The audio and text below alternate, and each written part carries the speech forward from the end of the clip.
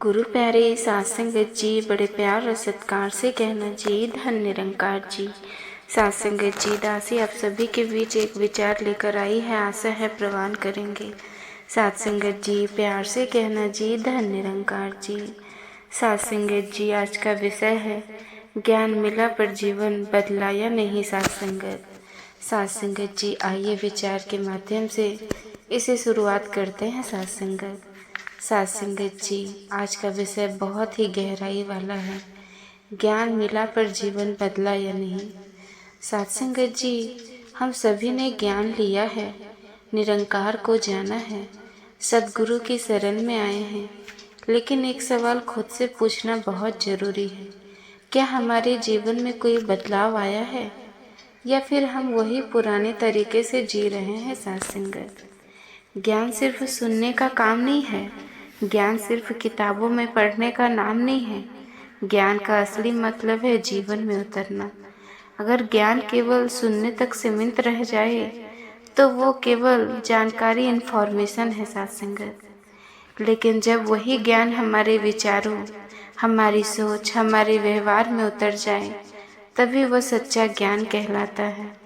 आज हमें खुद से साथ संगत कुछ सवाल पूछने चाहिए। क्या मेरा गुस्सा कम हुआ? क्या मेरी सहनशीलता बढ़ी? क्या मैं दूसरे को माफ़ करना सीख पाया? साथ संगत, क्या मैं हर पल में शुक्राना करता हूँ? अगर जवाब नहीं साथ संगत, तो हमें सोचना पड़ेगा, क्या हम सच में ज्ञान को जी रहे हैं? मान लीजिए कोई व्यक्ति रोज सत्संग जाता है, घंटों प्रवचन सुनता है, लेकिन घर जाकर गुस्सा करता है, दूसरों को नीचा दिखाता है, अहंकार करता है, तो क्या साथ संगत वो ज्ञान उसके जीवन में उतरा? नहीं उतरा। साथ संगत, ज्ञान का असली प्रमाण हमारा व्यवहार है। सद्गुरु हमें सिर्फ ज्ञान नहीं देने आते, वे हमारे जीवन को बदलने आते हैं। सद्गुरु कहते हैं साथ संगत, प्यार से रहो, नम्रता अपनाओ, सेवा करो, शुक्राना करो। लेकिन अगर हम केवल सुनते रहें और अपनाए नहीं, तो फिर हम सद्गुरु के उद्देश्य को अधूरा छोड़ देते हैं। साथ संगत, कई बार ऐसा भी होता है, ज्ञान मिलने के बाद भी इंसान में अहंकार आ जाता है। वो सोचता है मुझे सब पता है, मैं सबसे बड़ा ज्ञानी हूँ। लेकिन सच्चा ज्ञानी वही है जो झुकता है। साथ संगत, जो नम्र रहता है, जो सबको सम्मान देता है। अगर हम चाहते हैं कि ज्ञान जीवन में उतरे तो हमें कुछ बातें अपनानी होगी। साथ संगत, रोज मंथन। साथ संगत, हर रात खुद से पूछे, आज मैंने क्या सीखा? क्या मैंने उसे अपनाया? अच्छी संगत में रहेंगे तो जीवन अपने आप बदलेगा। साथ संगत, सेवा से अहंकार खत्म होता है और नम्रता आती है। शुक्राना, हर हाल में धन्यवाद कहना सीखें। साथ संगत, एक व्यक्ति रोज सत्संग जाता था, लेकिन घर में हमेशा झगड़ा करता था। एक दिन किसी ने पूछा, तुम रोज सत्संग जाते हो फिर भी बदलाव क्यों नहीं करते? साथ संगत, उसने जवाब दिया, मैं सुनता तो हूँ पर सोचता नहीं। महापुरुषों, सुनना ही काफी नहीं है, अपनाना जरूरी है। सच्चा निरंकारी वही है जो हर किसी में निरंकार देखे, जो किसी से वैर न करे, जो प्रेम और नम्रता से जीवन जिए। साथ संगत, अगर ये गुण हमारे अंदर आ रहे हैं साथ संगत, तो समझो ज्ञान जीवन में उतर रहा है। साथ संगत जी, आज हम सबको ये संकल्प लेना है, हम केवल ज्ञान सुनेंगे नहीं बल्कि उसे अपने जीवन में उतारेंगे। तभी हमारा जीवन बदलेगा, तभी हम सच्चे निरंकारी बनेंगे। साथ संगत, ज्ञान का मूल्य तब है जब वो हमारे व्यवहार में दिखे। साथ संगत जी, सुनना आसान है पर अपनाना ही असली साधना है। साथ संगत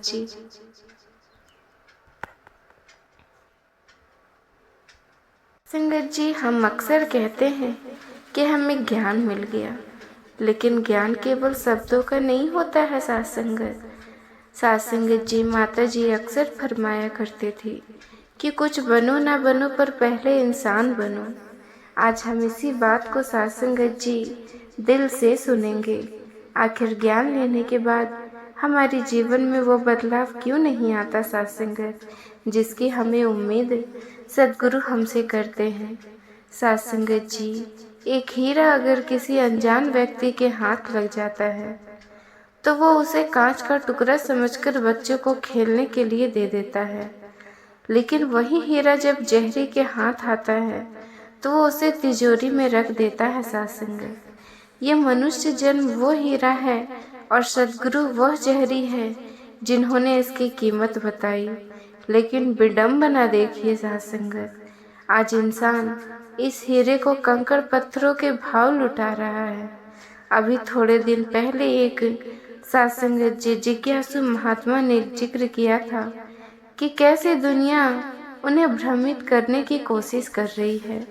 उनका मित्र उनसे कहता है कि अरे, आज के दौर में तो पैसा ही सब कुछ है, थोड़ी बहुत अनैतिकता पर स्त्री गमन या फिर नशा तो स्टेटस सिंबल है। सत्संगत, इसे पाप क्यों मानते हो? आजकल ये सब चलता है, नॉर्मल सी बात है, या हमें विवेक की कसौटी इस्तेमाल करनी होगी। सत्संगत, शास्त्रों में एक बहुत गहरा तर्क आता है।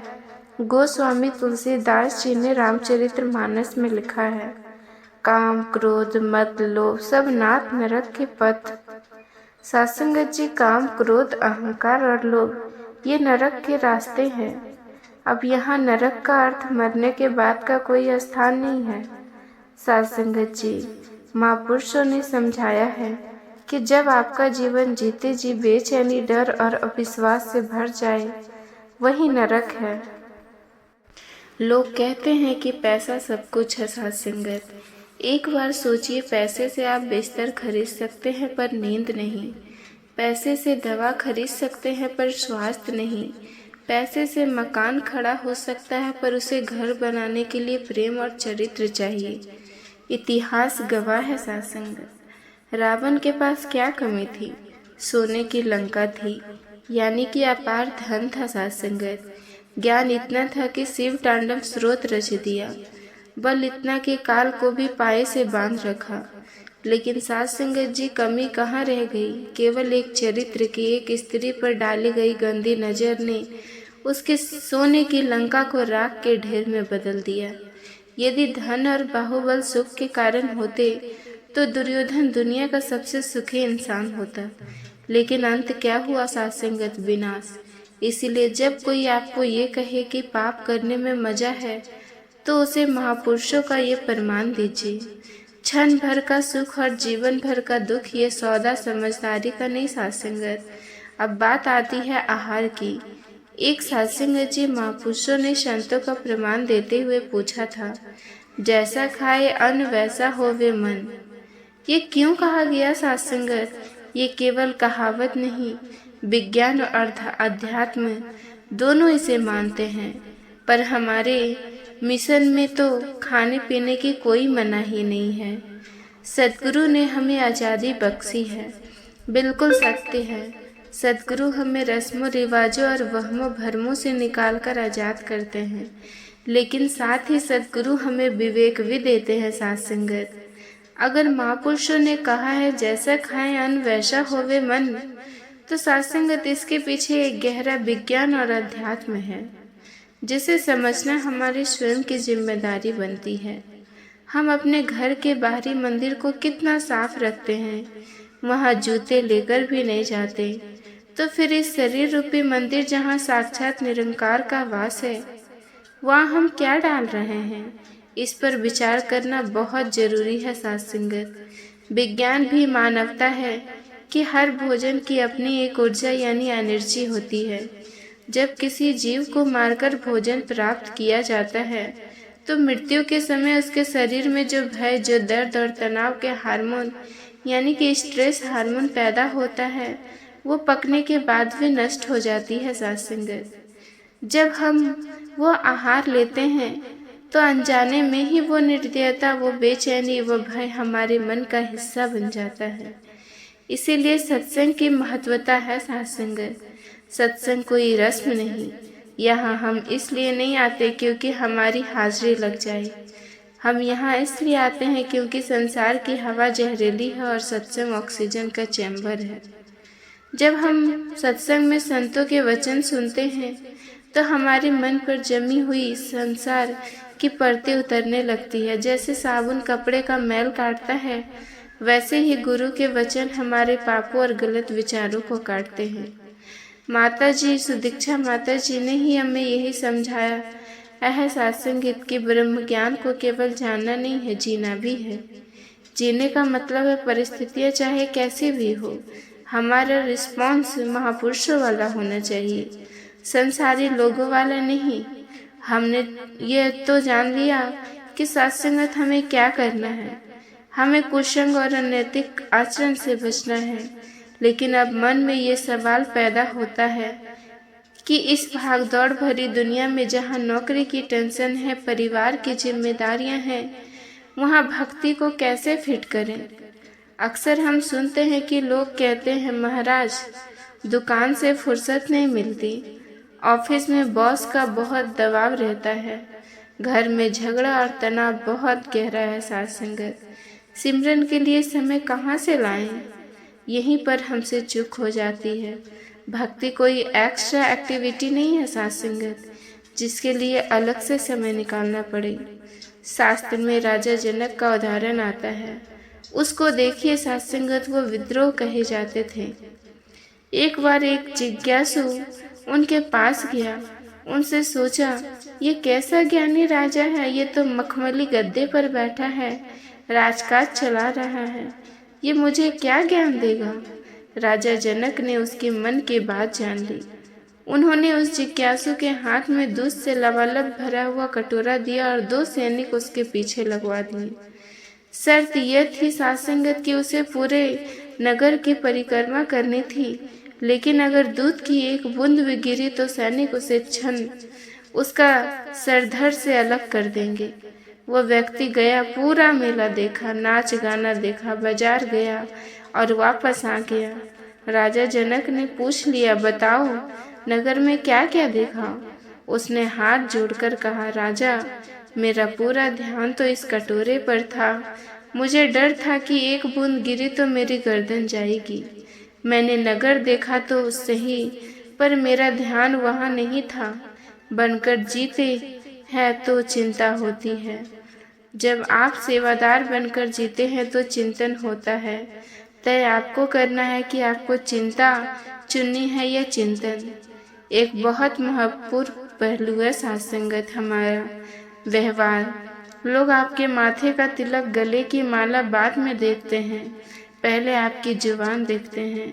अगर कोई महापुरुषों संगत में बहुत ऊंची बातें करे, लेकिन घर जाकर अपनी पत्नी पर चिल्लाए, अपने माता पिता का अपमान करे या पड़ोसी से गाली गलौज करे, तो सत्संगत माफ करना, वो भक्त नहीं हो सकता।